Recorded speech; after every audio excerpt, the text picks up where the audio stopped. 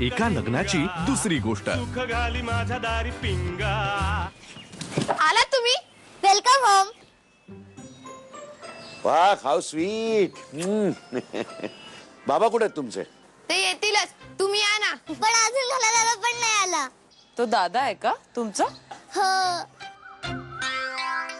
तू यांना हॉल मध्ये घेऊन जा, मी सगळ्यांना बोलवतो। नको नको, मी सगळ्यांना बोलवते, तू यांना हॉल मध्ये घेऊन जा।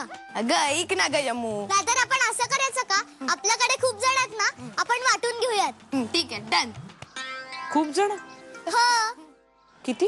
15।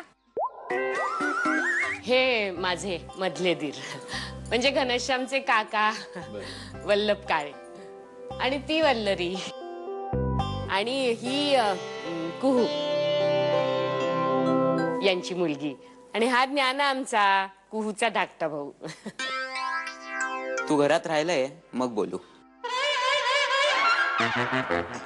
हाय, मी उल्का, घनाची आत्या। तू कमर्शियल आर्ट केलंयस का? फाईन आर्ट्स, जे मधून। Okay, nice meeting you. Same here असं मी उपचाराखातर म्हणणार नाही, पण मला तू खरंच आवडलीस राधा। हो हो, आणि या आमच्या माई म्हणजे घनश्यामच्या आजी। अच्छा, नमस्कार। वाकून वाकून।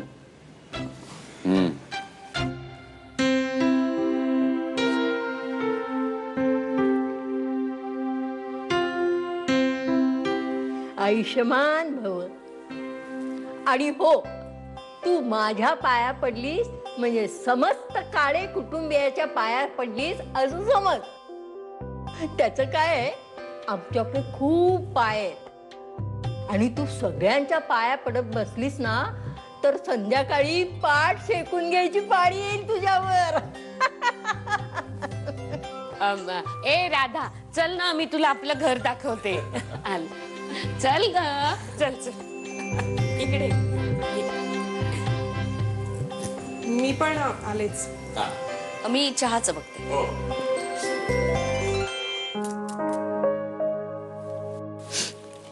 राधा, हे घे। नाही अहो, नको।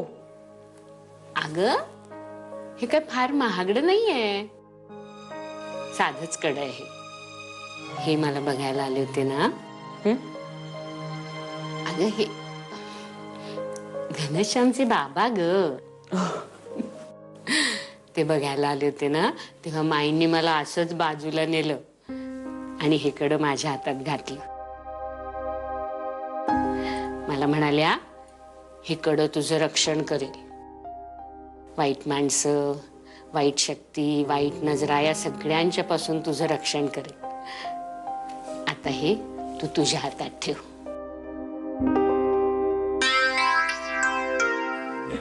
पण मला ना जरा अबोल वाटली, आणि अबोल माणसं शिष्ट असतात। आपल्या उल्का वंशनी तिला विचारलं ना, काय ग किती शिक्षण झालंय तुझं, कसं उत्तर दिलं तिने? कसं कसं? कमर्शियल नाही, फाईन आर्ट केलंय मी, ताठ्यात बोलली ती। ए आता आता समजा तुला कोणी विचारलं की कशी आहे चालू तुमची खानावळ? खानावळ काय म्हणताय? आला आला राग आला ना, राग आला ना, म्हणजे मग तू कशी म्हणशील, लिसन, मी कुकिंग वरती पुस्तकं लिहिते, खानावळ चालवत नाही, तसं। ठीक आहे, बघू आता। पहिल्याच भेटीत थोडंच माणसं ओळखता येतात।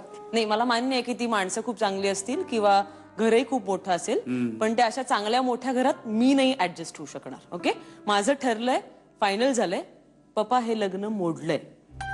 अगं ऐक, हॅलो। हा, आय एम रिअली सॉरी। खरंच आपण भेटू शकतो का एकदा? नाही, मला नाही वाटत आहे आपण परत भेटण्याची गरज आहे। काय आहे तर एवढी माणसं घरात असतील असं मी इमॅजिनच केलं नव्हतं, तू मला आधी सांगायला हवं होतंस। ठीक आहे, त्याने काय आता फरक पडत नाहीये, कारण मी तुला फोनवरच सांगते की आपलं लग्न नाही होऊ शकत। Good bye.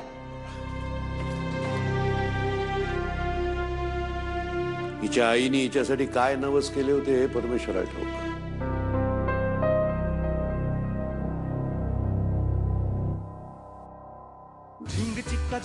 एका लग्नाची दुसरी गोष्ट।